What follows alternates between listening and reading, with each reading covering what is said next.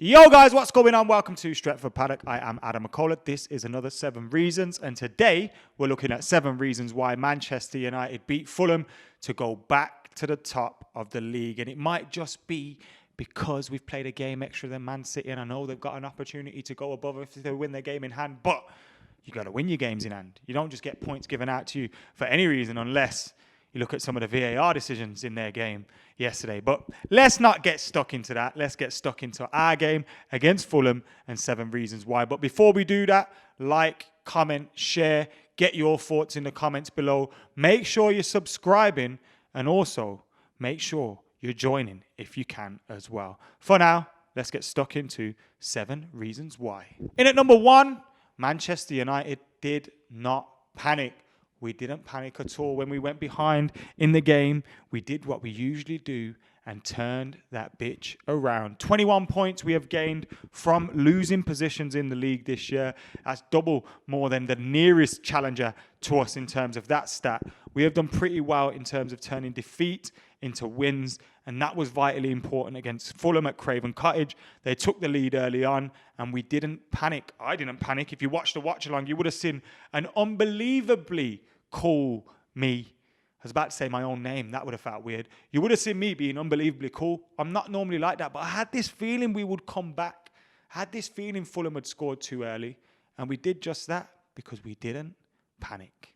And at number 2, we give it to Eddie Cavani. Yes, we gave the ball to Eddie Cavani and he got another goal. The assist coming from Bruno, although you've got to say it was a little bit of a mistake by Areola, although the Premier League have officially given that assist to Bruno Fernandes. And of course, Cavani was there to tuck the ball in the net. And when we've got Anthony Martial, who was our top goal scorer last season, out of form and playing on the left, you need somebody to come in and step up and deliver the goals. And that's exactly what Edinson Cavani is doing. He knows himself. 33 years old. He's been there, done that, worn the T-shirt, and it's so good to see him wearing our shirt, a Manchester United shirt, as he scores these goals. Now, I don't think he was particularly overly impressive in that game at all, but he got a goal. He got a vital goal, and that's all that matters when you're Edinson Cavani. In at number 3, Paul POGBA stepping up again. Oh, what a goal that was. What a goal. Do you remember when he was at Juve and we used to always see these clips every week of these goals going in from left, right and centre and the bend on them and this, that and the other? This was one of them. The only thing is I wanted to be in that away end. Being able to see it go in. I remember being at Swansea when I was able to see one of his shots from the back of it going in. It was a great strike, and the touch and the control and the skill just before the strike made it all. But to make it 2-1, and that goal, how crucial could that goal be, by the way? 2 crucial points that earned for Manchester United. And Paul POGBA is stepping up when we need him most. Crucial against Burnley. Crucial against Villa. Crucial last night against Fulham. Paul POGBA is leading the way when maybe others aren't quite in form. And that's what we need from our big boy players. Step up when the others don't. Do your job. Get the goals. Get us points. Get us to the top of the league. Well done, Paul POGBA. In at number 4, there was a little bit of luck, and we made it through the night. Damn right. Eric Bailly, the ball hitting him, and not just going wide.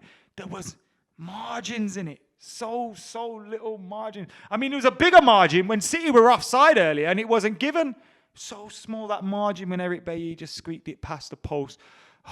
And maybe, just maybe, it's that little bit of luck we need. We're getting it to get through these games, but you always need a little bit of luck. You need quality, you need goals, you need skill, you need, a good solid defense. You need to be fighting every single step of the way, but you also need a little bit of luck. And if at the end of the season we're still sitting top of the league, we'll look back at that and think, ooh, that was one of them moments.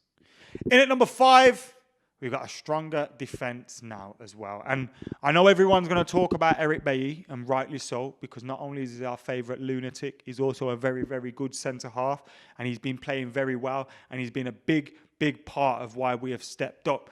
But also when you're looking at Harry Maguire, how much more he's improved. Luke Shaw, how much he's been improving. Aaron Wan-Bissaka, who I don't think had his best of games against Fulham, but he has been improving too. We have been sticking a much better defence in front of our goalkeeper. Remember how shaky David De Gea looked when our defence was all over the place? Have you noticed he doesn't look as shaky anymore? That's because his defence are doing his job and making him not panic. We have got a much more solid defence now. You have to take your hats off to Harry Maguire, who's settled down and got his head after a difficult start to the season. Have to put your hat off to Eric Bailly, who's coming through and, staying fit. That's the important thing from him. He's staying fit, and it was another good performance from him.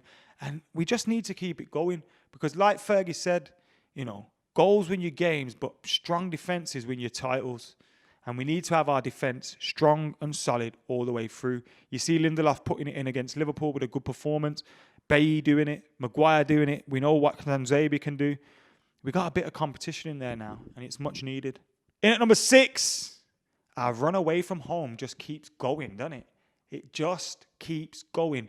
366 days since we last lost. Do you remember the times before COVID? Because I don't. I can't remember them times before COVID. But we lost. Last time we lost, there was no COVID. Well, there was COVID, but it was only in a small section of China, I believe. There was COVID, but there wasn't much. Now, pandemics, lockdowns, all this. So much time has passed. 366 days since we've lost away from home in the Premier League. And that breeds a confidence. We saw Liverpool at their home ground, with no defence, midfielders in defence. They have a confidence of themselves at home because they've done it for weeks and months and years and seasons. And we're getting that kind of... Now, you can lose a game here and there. We know that can happen. But we've got this confidence about ourselves that we'll get through games. And that's exactly what we're doing. Away from home, go in front. You can go in front if you want. Still going to win. Go on, lads.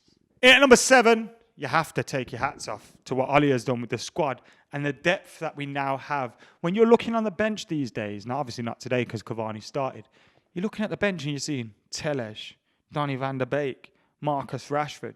All these kind of players, you're thinking, geez, the quality that we have in our squad at the moment is supreme. Now, I know we haven't got maybe on the right wing. We still need to sort that out. Maybe, get centre half settled and make sure that's all done. You maybe get something in at right back, a little bit of competition. We know we need an out-and-out number 6. But when you look at the depth in some of these positions, Bruno, Pogba, Donny van der Beek, Matic, Fred, McTominay, Donny can't even get a game. Marshall or Cavani through the middle. You got Rashford and you got Greenwood and we've got so much talent in this team, so much places where goals can come from. Then you go back to the defence. Bailly, Maguire, Lindelof, Tanzabi. We have got the depth there. And I wouldn't be surprised if Ollie made 7, 8, 9 changes before the Liverpool game on the weekend and we still went out and put in a good performance. Because we have the depth, we have the competition, we have people fighting for spots, and we need to keep that going. Because squad depth, competition for places and all that stuff can help push you along even closer to that title.